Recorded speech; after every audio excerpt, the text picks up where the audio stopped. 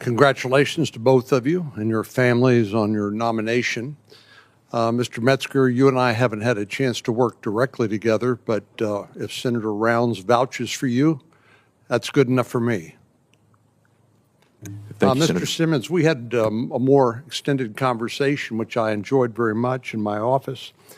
But, and we talked about how lawyers in the intelligence community determine what the law is and how different that is than the typical lawyer in private practice who's got statutes, constitution, case law, and are able to basically get a pretty good idea of what the law is, although lawyers are famous for being able to argue both sides of a legal issue, so and not agree.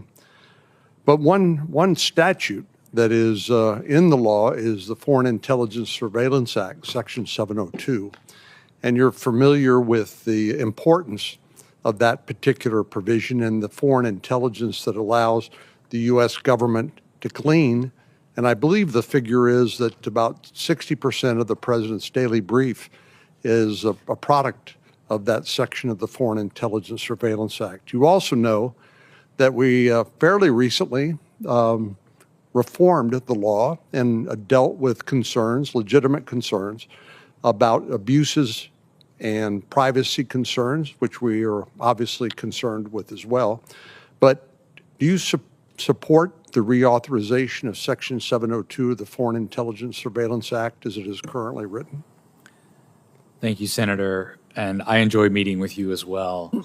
Yes, I do support reauthorization. I think Director Radcliffe said it well when he spoke here that it is an indispensable national security tool.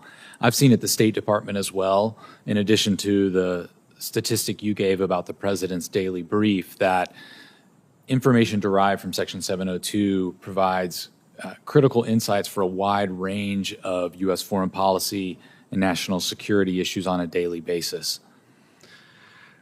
Well, again, in our conversation in my office, we were sort of commiserating about, again, how different the role of a lawyer is in the intelligence community than in private practice, where you do have a lot more that you can refer to and in terms of the statutes and case law and the like. But basically, as a lawyer in the intelligence community, you have limited tools. You have the Constitution, you have executive orders, you have statutes like the Foreign Intelligence Surveillance Act, but many times there is no clear legal answer.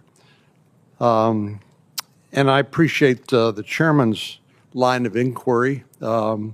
Recently, I was reading a book by Dan Wang called Breakneck, who compared China and America. And he said the problem in America is we have lawyers running the government. In China, they're all engineers, and they know how to build things. And lawyers are famous for saying no and creating obstacles to getting to a solution or an outcome.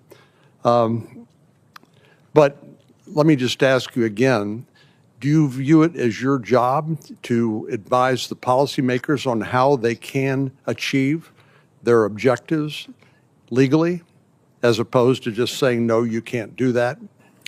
Do you try to help them? Do you try to help to get to yes by saying you can do it in this way, but not that way?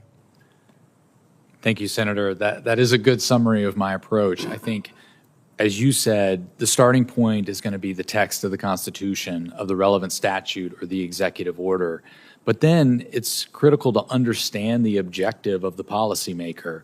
And then the question becomes, what is the authorization for that? And what is the path forward that complies with the law? And I think it is challenging because there is not case law, but it does take careful, thoughtful lawyering to analyze that legal basis and provide counsel on how to proceed toward an objective in a way that complies with the law.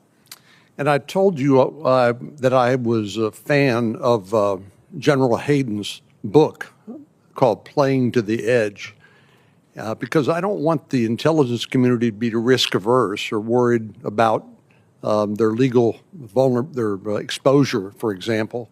I want to be able to let them operate within the law, but to the extent the law permits them to engage in operations that are in the national security interests of the United States, I want them to do it without fear that they are stepping over the line or engaging in or exposing themselves to liability of some kind. Do you agree that part of your job is going to be to define where that line is to the extent possible so that the operators, the policymakers can operate within the law, but up to where the law, make sure within the law, but within to the maximum the law permits? Thank you, Senator. I do agree with that. Thank you.